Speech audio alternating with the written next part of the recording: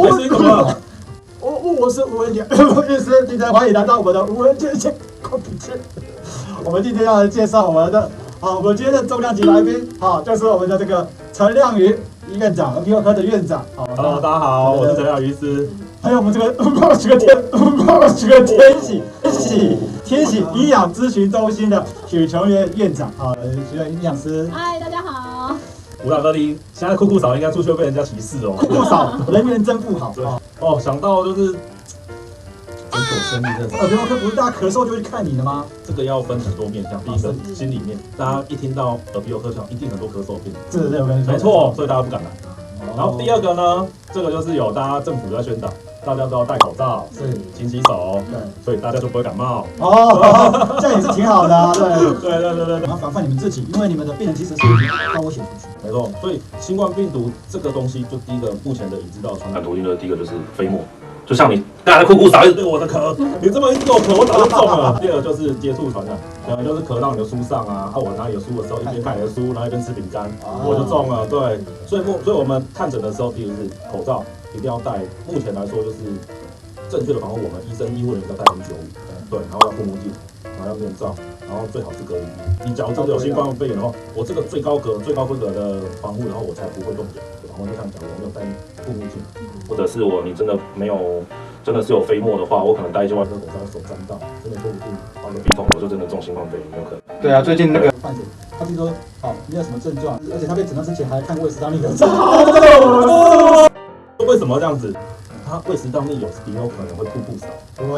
我们来讲说胃食道逆流为什么会酷少？其实酷少的原因很多啦。在他们肠胃科来讲，我们认为说胃食道逆流造成酷少，是因为第一个这个胃酸逆流到咽喉呛到气管里面。对，那第二个就是说它的刺激逆流到食道不舒服疼痛的时候，它这个神经然后藏到脑袋里面，然后反射让这个支气管就跟着咳嗽或者咳嗽，这两种主要原因。而且我先分享一下，你的门诊量是不是下降？没错。鼻喉科门诊要上下，肠胃科门诊要上升。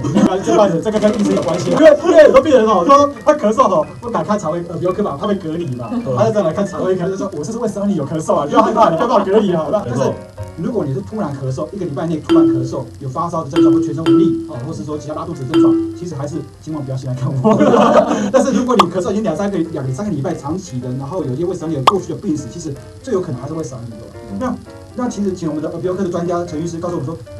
咳嗽咽喉是不是造成这个咽喉炎？到底除了胃食道逆流的症状之外，还有什么原因？那你什么情况下你会认为这个病人应该是胃食道逆流造成的？第一个，我们咳嗽来看耳鼻喉科，我一定会先问他，第一个咳多久？对，咳2、3天大概就可能比较像是感染，或者是一些急性的问题。2、3个礼拜、2、3个月、2、3年，这个都有。对，而我们来说，我们久咳一般都一定就是8周，就是2个月左右，2个月以上。我一定会第一个问他的时间，再来就是他怎么咳。有的人早上咳，有的人晚上睡觉的时候才会咳，这个我们就有不同的想法。对，你晚上才会咳了，有可能会是气喘，对，反而是你本身气管的问题。对，另外你咳的痰是黄的或者是绿的，而且每天早上的时候咳得特别浓，这个我就会想说，会不会是鼻窦炎？对，所以这个痰液的颜色，那个你咳嗽的形态，跟你什么时候咳，对，所以就是我们久咳在耳鼻喉科来说，3大主要原因，第一个就是鼻子倒流，就像是我们鼻子方面的问题，它倒流下来，你就会想要去清它，然后咳出来的痰就是有颜色，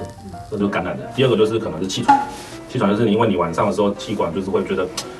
空气比较冷，然后你躺下来的时候会觉得气管就会比较不适，然后就容易会产生咳嗽。然后再来就是就像吴医师讲，我们胃食道逆流，因为我们咳嗽的受气其实在全身上下分布很多，包括就是横膈膜、气管、食道。甚至我们耳朵都会有，对，所以你那个地方抽到不是哪个刺激就会咳嗽，胃食道逆流就是其中一个很大的原因。我记得还有一个重要原因不知道你遇到那种抽烟的病人，对，抽烟的会咳嗽，对。那你怎么知道他是抽烟造成咳嗽，还是他真的是胃食道逆流？你会做什么检查去看他？抽烟的咳嗽，其实这个比较难在诊所看，对，因为可能要照个 X 光。那你们鼻镜都在看什么？你们一般我们去做耳鼻喉科检查会做鼻镜嘛？对，你都在看，你们内视镜医师你都在看什么东西，然后决定什么病情？内视镜就是当然是从鼻子看到喉咙嘛，就是要看有没有病，一个从鼻窦有没有病变，鼻咽部有没有肿。如果鼻咽部有肿的话，我会怀疑他是抽烟。鼻咽部是指鼻子的后面的对，鼻子后面这里。OK， 它大部分一般来说都是平的，平的。然后我们台湾人有的鼻咽癌就是它会肿起来，然后会充血，然后看起来就会觉得好像怪怪的。可是抽烟的人也会这样子，对。然后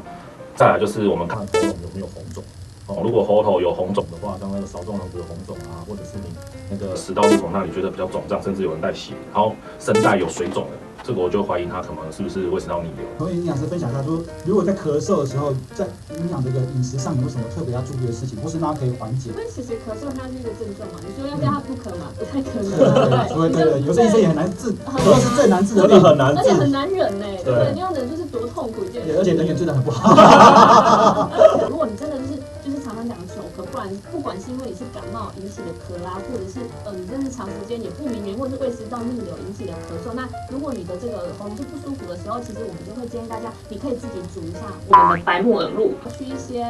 比如说超市就会有的，或者是去那种像那个那种卖干货的那种市场也都会有。那其实教大家一个方面，第一个在买的时候你不要买太白的，因为你可能会觉得它有漂白的风险，所以它其实会有点偏米黄色。米黄色的白木耳。对，然后干的嘛，那你买回来之后，你就是把自己要，因为通常我觉得如果是你是自己或2个人、3个人，你其实可以煮，就是一片，它一块大概是这个大小嘛，然后你就买回来，然后就是洗干净完之后，你就把它做浸泡，因为它是干燥的，然后泡大之后呢，你就是把它洗一洗、切，然后放在那个电锅里面，然后你的水量呢，就是大概稍微，我会建议大家可以煮稠一点啊，就是稍微淹过它一点，但是又不能太少，因为其实白木耳是很会吸水的，所以就是一定水量要比那个白木耳还要来得多，就是放在电锅里面，然后外锅加1杯水，然后就让它煮完，等它跳起来，其实就完成了。我想很多时候，因为我是完全不会煮东西的人所以它只要煮到什么才叫做够熟了，还是说可以吃的那样？其实等它跳起来的时候，所以你刚才那个杯水剂量大概就是跳起来。对，就是大概一杯水的量，它跳起来，然后你可以让它焖一下，它会比较软。然后再来，如果说因为它没有调味，我是很怕大家会吃不下，所以有些人就是我会建议说，以天然食疗，你可以再放个红枣，对，就是加个红枣，因为它算是水果类，它有天然的甜度。那你如果还是觉得不够甜的话，就是再加一点点的冰糖，就是对调到自己的适口性好。那当然，其实你会咳，我们也是不太建议要去吃甜的啦。哦，那但是如果说因为你这样会比较喝得下，那你就是加一点点的冰糖，然后让它的适口性好一点。然后其实它不管就是对我们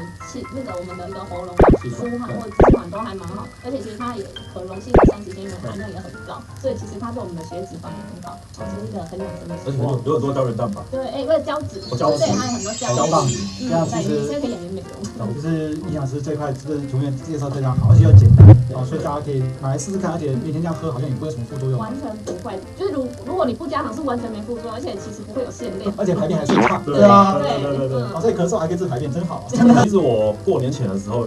真的是耳鼻喉科医师本来是百毒不侵，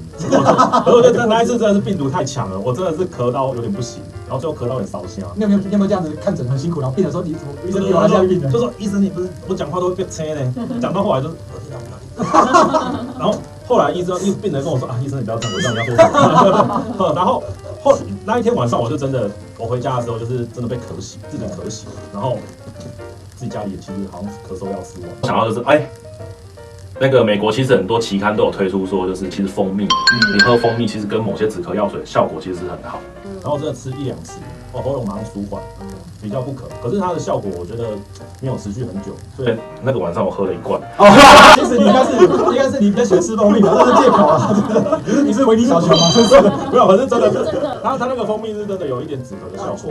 对，纯的，就是不要买到那种真的长久的。因为有些大部分比较便宜的蜂蜜，它就是用高果糖浆，然后下去调制成蜂蜜，那种话可能就会觉得，你喝蜂蜜怎么没效？它不是蜂蜜没效，是因为是高果糖浆调的。对，喝一点，就是喝一点纯的蜂蜜可以缓和这边，缓和一点喉咙不适，然后会缓和咳嗽。其实我蛮喜欢喝蜂蜜的，因为蜂蜜有热的喝，好像也蛮舒缓的。对。如果我在思考，就像2个结合，就蜂蜜配上一点黑木耳，白木耳好像也不错你不要加冰糖，然后加白木耳，要加蜂蜜好像挺好的。所以今天酷少，人缘真不好，其实真的是帮大家在这边请了2位专家，这都是我们2位，都是我们的终结胃食道逆流的共同作者，也是非常重要的一个重量级的专家告诉我们说这个咳嗽的注意事项，然后再来就是说胃食道逆流为什么会引起咳嗽，跟胃食道逆流产生咳嗽，或是你一些咳嗽的情况下没有药怎么办，还有一些非药物的治疗方式。那我们在这边很开心跟大家分享到这边，那跟大家说再见了，我们下次再见，拜拜，拜拜。